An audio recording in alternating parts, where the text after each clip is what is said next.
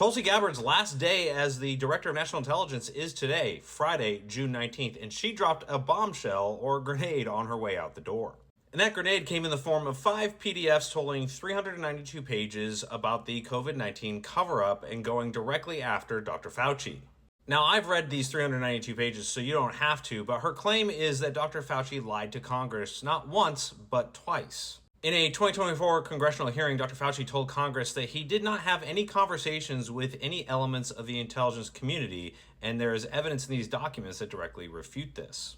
Within the document drop, on June 4th, 2021, Dr. Fauci was a part of a briefing and a readout involving intelligence national security personnel where Fauci discussed COVID origins issues, including China's pangolin research, the 3 sick Wuhan Institute virology researchers, whether medical records or blood cultures existed, the single lineage issue, and a 2-lane paper Fauci viewed as supporting natural origins. And that brief involved and had communication with various elements of the intelligence community. And so that is her position, that he lied about talking to the intelligence community, and so that's her evidence.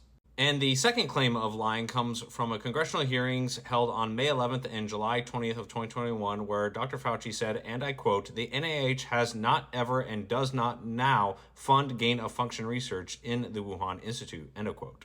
But not only did a highly credentialed and well-respected whistleblower come out and refute this, there is also paperwork trail now that shows that the NIH, through EcoHealth Alliance to the Wuhan Institute, paid $600,000 over a 5-year period.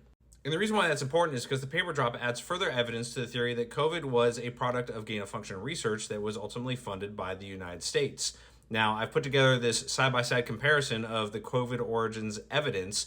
On the left, you have natural origin, proximal origin theory, and on the right, you have the predominant theory with Tulsi and DNI release. And on the left, you'll note that that position, that theory, is built primarily on biological interpretation with scant evidence, whereas on the right, it's built through documents, capabilities, and the overall context of the viral outbreak. And so I'm going to move out of the way for you to read all these because they're very detailed, and you go ahead and screenshot. And for those that are still pro-natural origin theory, I went ahead and put these 2 comparisons side by side, SARS-1 and SARS-CoV-2, which was COVID-19. And you'll see stark differences between how the both developed, primarily of which SARS-1 had an identifiable history, trail, location, origin, breakout location, whereas CoV-2 had almost none of that. And specifically, I'd like to zero in on the fact that China has provided zero still to this day information, whereas they had no problem providing information here for SARS-1.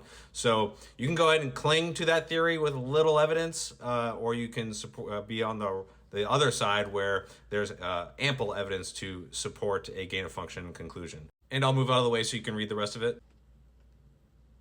Now, I highly doubt that anything will come of this, but I am still glad that she was able to do what she could while she was in a position of power, at least revealing more truth than probably and transparency than anyone else in her position. And so that is a slight breath of fresh air. But let me know your comments on this and any other topics in the comments below, and have a good day.